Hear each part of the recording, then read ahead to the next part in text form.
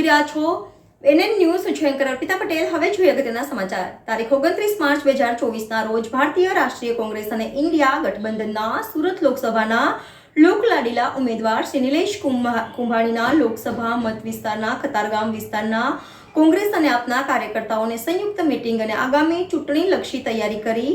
આ પ્રસંગે સુરત શહેર કોંગ્રેસના પ્રમુખ ધનસુખભાઈ રાજપૂત, કાર્યકારી અધ્યક્ષ વિપુલભાઈ ઉધના વાલા અને દિનેશભાઈ સાવલિયા, અલગ અલગ સેલના પ્રમુખશ્રીઓ, આગેવાનો, કાર્યકરો હાજર રહ્યા હતા.